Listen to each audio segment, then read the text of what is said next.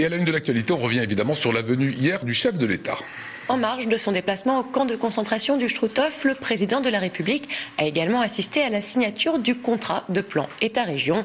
Un contrat qui lance les prochains investissements en Alsace, notamment en matière de transport, d'enseignement supérieur, de recherche et de culture. Philippe Richert, le président de la région, a profité de la venue du chef de l'État pour exprimer ses inquiétudes quant à la réforme territoriale. François Hollande s'est lui voulu rassurant et a affirmé que les Alsaciens ne perdraient pas leur droit local. La future grande région ne retirera rien à l'Alsace. Voilà ce qu'a déclaré le président de la République. On l'écoute. Notre future région comptera 6 millions d'habitants. Elle ne retirera rien à l'Alsace, et certainement pas son droit local, à laquelle elle est à juste raison attachée. Elle aura aussi à préserver ce qui est votre expression, et une identité qui a survécu aux guerres, aux occupations, aux querelles partisanes, mais qui s'est pleinement enrichie au cours des décennies passées. Mesdames et messieurs les élus, croyez en une Alsace dynamique, ouverte et généreuse, vous l'incarnez. Et les engagements que nous signons aujourd'hui y contribuent. Je sais bien les réserves. Quand je dis réserve, je crois être en dessous de la réalité. Je sais les inquiétudes, non pas tant des élus qui savent qu'ils auront de toute façon à prendre leurs responsabilités, les inquiétudes des populations, des 3 régions qui étaient concernées, et de l'Alsace en particulier. Et donc nous avons le devoir de réussir cette réforme territoriale. Ce qui doit être fait dans l'intérêt de tous. Mais pour Strasbourg, pour l'Alsace, mais je pense notamment à Strasbourg-Capitale, elle sera donc capitale européenne, elle sera chef-lieu de cette grande région et une eurométropole. Je pense qu'il y a là toutes les conditions pour réussir. Voilà, Pierre Kretz, un vrai déçu de cette grande région. C'est notre invité, on en parlera dans quelques instants. Évidemment, on reviendra à 19h30 dans le JT Eurométropole sur la venue du président de la République. Autre déplacement politique, c'était aujourd'hui celui d'Emmanuel Macron. Le ministre de l'économie passera 2 jours dans la capitale alsacienne. Au programme, visite d'entreprise et rencontre avec les députés européens. Emmanuel Macron a notamment visité l'entreprise Punch Powerglide ce matin. Anciennement General Motors, ce site strasbourgeois illustre un exemple de reconversion industrielle réussie. Le groupe Punch a d'ailleurs profité de la visite du ministre pour annoncer un investissement supplémentaire de 60 millions d'euros sur le site strasbourgeois et la création de 200 emplois d'ici fin 2016. On écoute Emmanuel Macron. Ce dont notre économie a besoin, c'est en effet que l'investissement redémarre. Il y a des mesures qui ont été prises sur le plan macroéconomique pour baisser le coût du travail, le CICE, le pacte de responsabilité. Il y a des réformes qui sont en cours pour aider notre économie à être plus compétitive sur le marché du travail, sur le marché des biens et services. Et il faut maintenant que l'investissement privé reparte. Je crois que c'est un signe important qui est ici porté par l'investisseur. Il faut, prendre des décisions, les faire appliquer en matière de compétitivité, en matière de réforme, ce que nous faisons, en matière d'investissement, ce qui est fait aujourd'hui et ce que montre cette entreprise. Et ensuite, il faut progressivement montrer les résultats. Moi, je crois à la démonstration par les résultats concrets plutôt que des grands chiffres à horizon 5 ou 10 ans. Parce que pour les Françaises et les Français qui se battent au quotidien, qui parfois sont au chômage, sont dans des situations précaires, on n'arrive pas à leur faire comprendre que nos décisions sont les bonnes en leur disant ça va créer 4 points de PIB dans 10 ans. Par contre, c'est un bon indicateur qu'on n'est pas en train de se tromper.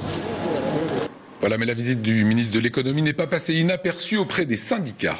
Il dénonce notamment la loi Macron sur la croissance et l'activité. Travail le dimanche, privatisation du service public, casse de la protection sociale. Selon eux, toutes ces mesures sont en faveur du patronat et non des salariés. L'un des syndicalistes de l'entreprise Punch Powerglide a interpellé le ministre de l'économie ce matin. Regardez. Et aujourd'hui, oui, il y a de l'investissement, mais c'est des prêts bancaires qu'on devra rembourser. Et on le rembourse dans quelles conditions? Sur les conditions de travail, sur les gels des salaires, des augmentations misérables, etc. C'est ça qu'il nous faut. Aujourd'hui, tout ce que je vous dis, monsieur le ministre, c'est que le pays, pour le peuple d'en bas, les travailleurs, ça va mal.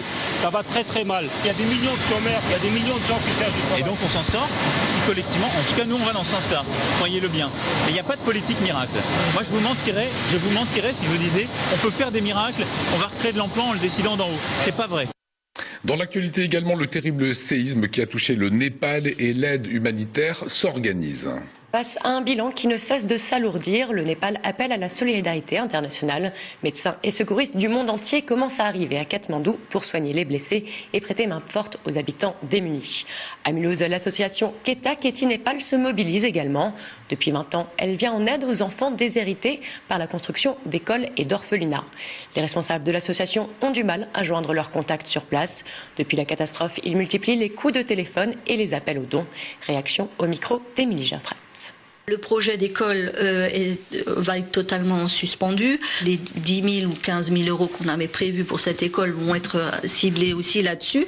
Actuellement, on a quelques dons. Il y a eu 500 euros qui arrivent par là. On a beaucoup de téléphones qui viennent. On ne prend pas de matériel. Pourquoi ? Parce qu'il faut l'acheminer. Ça coûte très cher. Les compagnies aériennes et puis l'aéroport international est presque tout le temps bloqué. Selon les secousses, ils arrêtent immédiatement. Donc la meilleure solution, c'est que dès que l'électricité sera remis en place, on pourra faire, on a un compte bancaire au Népal, Keta Keti a un compte bancaire au Népal, donc on fera un transfert, un ordre de virement sur place et BIM pourra récupérer l'argent et cibler réellement les gens qui ont besoin, parce que ce qui est important, c'est surtout que le gouvernement népalais ne récupère aucune somme, puisque c'est un des pays aussi les plus corrompus du monde. Plus pauvres du monde, mais aussi les plus corrompus. Donc il faut vraiment privilégier les petites associations qui ont des relais sur place et qui ont des relais surtout honnêtes. Allez, une image un petit peu tendre pour clore ce journal. Un renard dans l'image du jour. Pour faire du buzz sur Facebook, il faut mettre des photos de chatons. Et pour attirer plus d'Alsaciens dans ses ballons, le parc du Petit Prince mise, lui, sur les renardeaux. Olympe, la renarde du parc, a donné naissance à 5 boules de poils de 100 grammes qui seront visibles par les visiteurs dès mi-mai et qui devraient d'ailleurs se laisser apprivoiser facilement. Voilà, c'est tout mignon.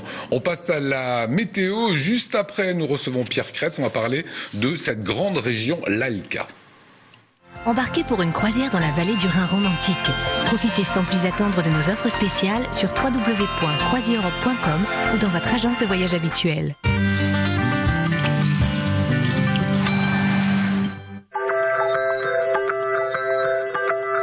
Bonsoir à tous, demain sera notre parenthèse ensoleillée dans notre semaine pluvieuse, alors vous avez intérêt à en profiter. En effet, l'Alsace sera épargnée par les précipitations toute la journée, elle commencera malgré tout la journée sous les nuages, ce qui ne sera pas le cas du nord du Bade-Wurtemberg et du nord de la Suisse. Les températures restent inchangées en matinée, comptez une moyenne de 6 degrés sur toute l'Alsace qui sera la maximale régionale et la minimale sera de 1 degré pour Bâle. L'après-midi, le ciel va continuer de se dégager à l'ouest du Rhin, malgré tout les précipitations vont s'étendre au nord du Bade-Wurtemberg. Les températures seront plutôt fraîches pour la saison l'après-midi, comptez 12 degrés pour le Haut-Rhin et 13 degrés dans le Bas-Rhin. Mercredi, la situation va s'inverser, en effet les précipitations vont passer à l'ouest du Rhin. Les températures moyennes seront de 14 degrés pour le Bas-Rhin, comptez 15 degrés dans le Haut-Rhin ainsi que le Bade-Wurtemberg et 13 degrés pour le nord de la Suisse. Demain, nous serons le mardi 28 avril 2015, nous fêterons les Valéries. Le soleil se lèvera à 6h17 pour aller se coucher à 20h38. Nous gagnerons donc 3 minutes de soleil. Passez une excellente soirée sur Alsace 20.